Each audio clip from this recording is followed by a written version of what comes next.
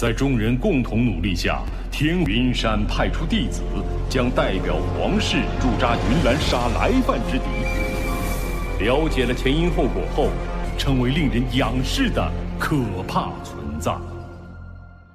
Lúc này, nhìn thấy Tiêu Viêm vừa tới, cái tên Sư Thiên lạnh lùng hỏi, người chính là Tiêu Viêm, minh chủ Viêm Minh sao?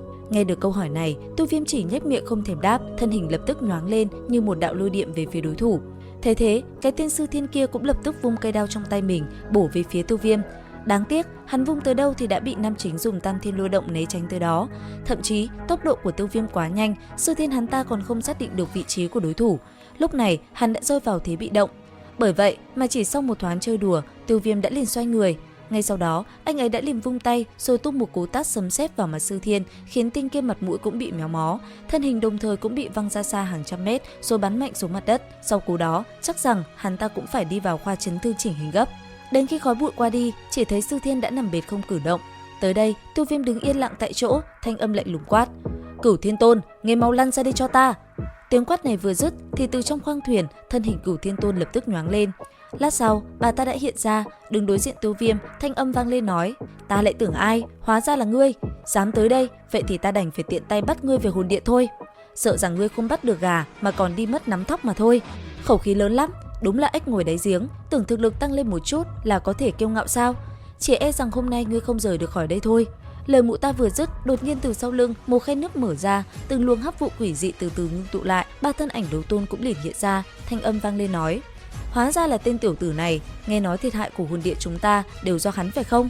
Có thể tóm được hắn mang về thì chúng ta lập được công lớn rồi." Nghe được lời này, đột nhiên một tiếng cười lớn vang lên sau lưng Tiêu Viêm nói: "Hồn điện, các ngươi rất vui vẻ khi làm mấy chuyện này sao?" Dứt lời, thân ảnh ba người Hồ Thị Tam Lão danh tính Trung Châu cũng xuất hiện. Thấy thế, Cửu Thiên Tôn giật mình hỏi: "Hồ Thị Tam Lão, xem ra các ngươi đã sống quá lâu rồi. Người khác sợ các ngươi, còn bọn ta có gì mà phải sợ? Hồn điện định một tay che trời sao? Thiếu các chủ, Cửu Thiên Tôn giao cho ngươi, ba tên kia để chúng ta." Dứt lời, ba người Hồ Thị Tam Lão lập tức phóng người về phía trước, cùng ba tên hồn điện đối chiến. Chớp mắt, từng đạo bóng ảnh đã liên tục va chạm vào nhau vô cùng quyết liệt. Thấy cục diện lúc này đã không như ý mình, Cửu Thiên Tôn tức giận, mụ ta lập tức gầm lên.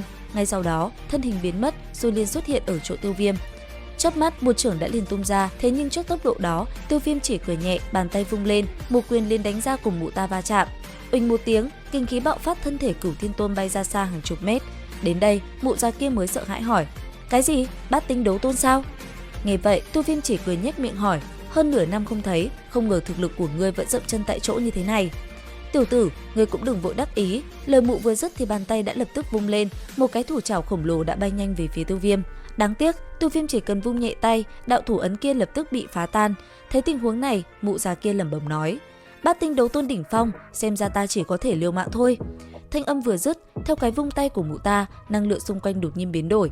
Chớp mắt, chỉ thấy không trung đã xuất hiện dị động, quanh người Tiêu Viêm không gian lập tức chuyển thành một màu đen kịt, khí tức hắc ám như một luồng lốc xoáy bao phủ Tiêu Viêm ở bên trong, làm anh ấy không khỏi kinh ngạc. Càng nhìn, anh ấy thấy luồng lốc xoáy kia lại càng trở nên quỷ dị khi lốc xoáy như kiếm khí bao phủ lấy mình.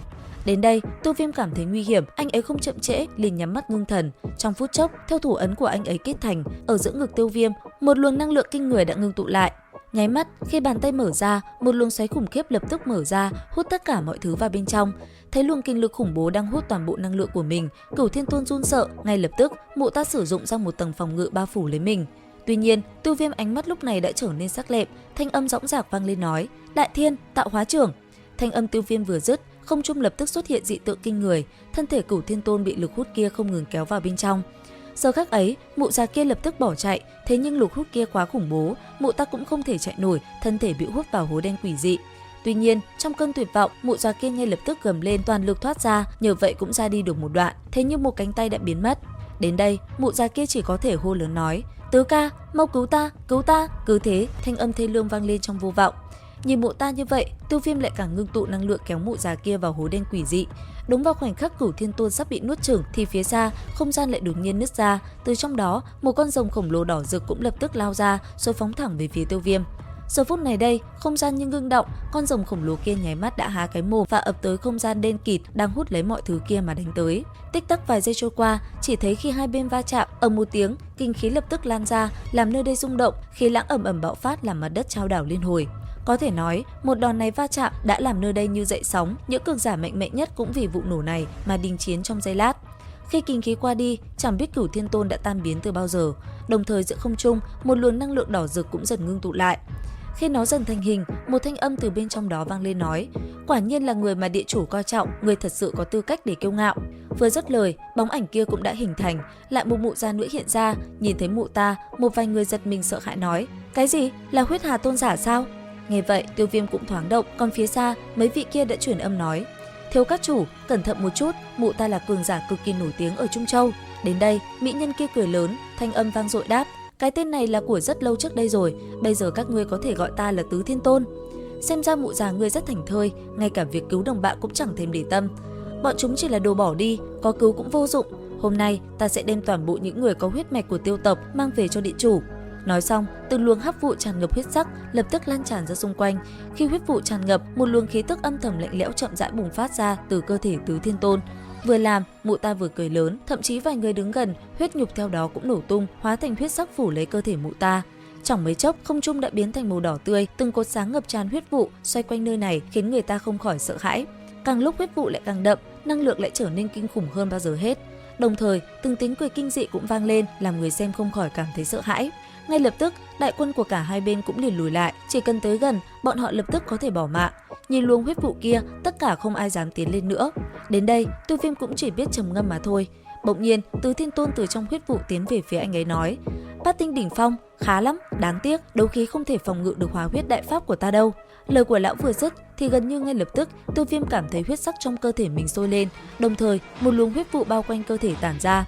Theo ánh mắt Tiêu Viêm nhắm lại, ấn ký huyết mạch ở mi tâm cũng lập tức sáng lên. Sau đó mở hai mắt ra, một luồng năng lượng kinh người kèm theo sát ý lập tức bạo phát.